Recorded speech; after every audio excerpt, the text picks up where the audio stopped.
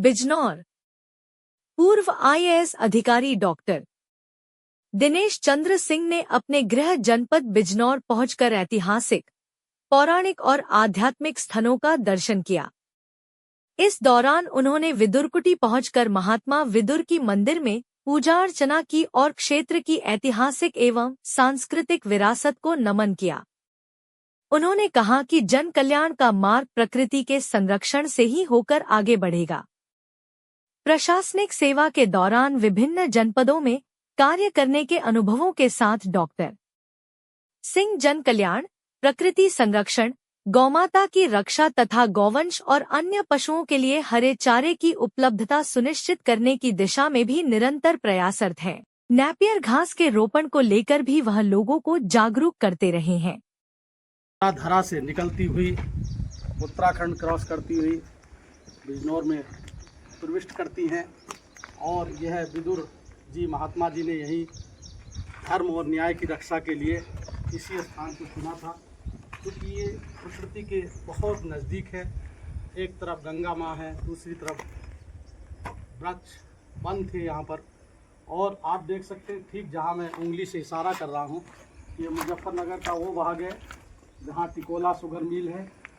ठीक इधर रामराज का ऐतिहासिक गुरुद्वारा है और जहाँ मैं अब इशारा कर रहा हूँ वहाँ पर हस्तिनापुर है। गंगा को पार करते हुए अगर हम सीधे हस्तिनापुर जाना चाहेंगे तो मुश्किल से 20-25 किलोमीटर होगा। महाभारत काल में जब कौरव अधर्म के साथ थे, महात्मा विदुर ने धृष्टराज जी को स्पष्ट शब्दों में बताया कि धर्म की रक्षा के लिए न्याय का साथ देना चाहिए। और उन्होंने इसी बात से क्षुब्ध होकर धर्म और न्याय की रक्षा के लिए जनपद बिजनौर की उस ऐतिहासिक स्थल को चुना, पवित्र स्थल को चुना, जो राजा भरत, जो भारतवर्ष का नाम पड़ा है, शकुंतला के पुत्र राजा भरत के नाम पर भारतवर्ष का नाम पड़ा है। जनपद बिजनौर उसी ऐतिहासिक भूभाग का एक हिस्सा है और विदुरकुटी यहीं पर स्थापित है। यहाँ पर लोग आते हैं, साधना करने आते हैं। हमारे उदयवीर सिंह जी ने, इन्होंने भी अपने गुरुजी के सानिध्य में, उनके आशीर्वाद से एक भव्य दिव्य मंदिर का निर्माण यहाँ हो रहा है। मैं इनको भी साधुवाद दूंगा। और थोड़ा आगे आकर देखिए कि कितना सुंदर स्थान है।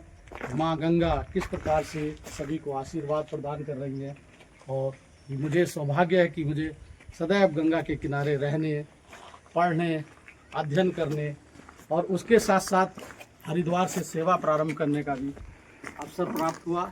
और मैं आज जनपद बिजनौर में भ्रमण के लिए आया हूँ। उन्हें बिजनौर के वासियों को, उनकी कर्मठता को, यहाँ के कृषकों को, उनके उन्नतिशील सोच को प्रणाम करता हूँ। और गौ माता की रक्षा के लिए, जैसा कि हमारा एक ध्येय है, हर व्यक्ति का कुछ ना कुछ ध्येय होना चाहिए, उद्देश्य होना चाहिए। नेपियर घास के माध्यम से पशुओं के लिए हम हरे चारे के प्रबंधन की व्यवस्था करेंगे। और उत्तर प्रदेश के यशस्वी माननीय मुख्यमंत्री जी ने भी निराश्रित गोवंश की स्थापना करके गोवंश के संरक्षण का जो दायित्व लिया है, उस दायित्व में छोटा मोटा कार्य हम करेंगे। इधर आइए, देखिए कितना सुंदर ये मंदिर बन रहा है।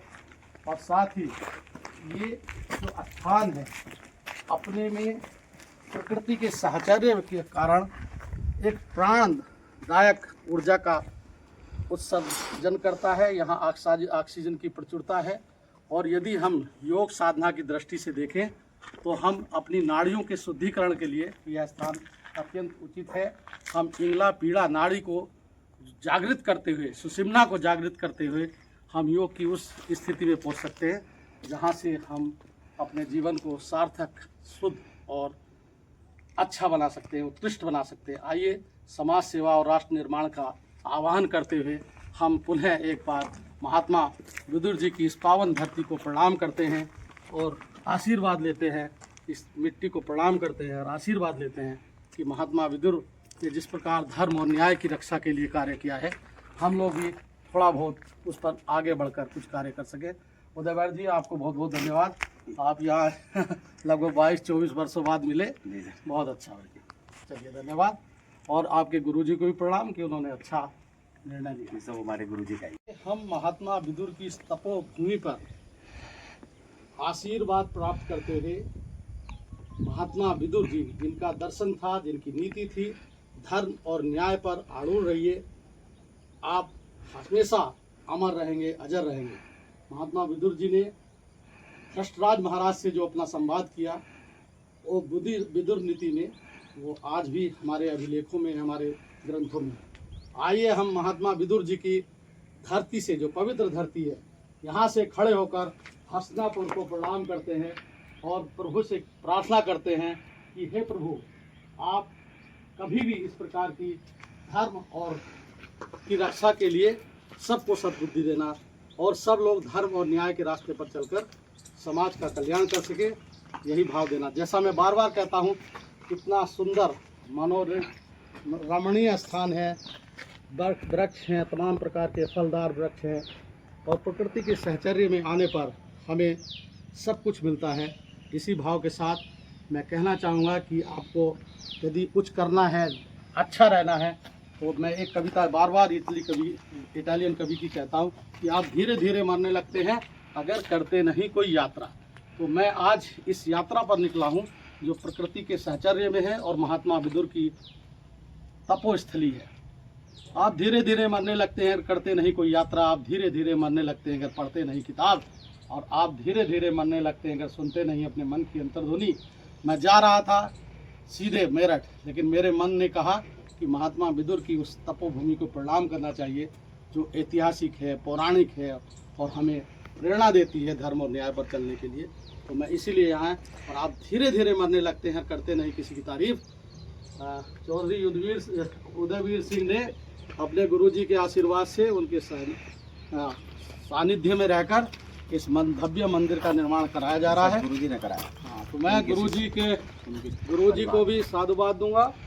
और चूँकि उदयवीर जी उनके सेवक के रूप में लगे हुए हैं, तो सेवक हमेशा अच्छा करता है, तभी उसको आशीर्वाद मिलता है। उदयवीर जी और आपके गुरुजी को भी सादर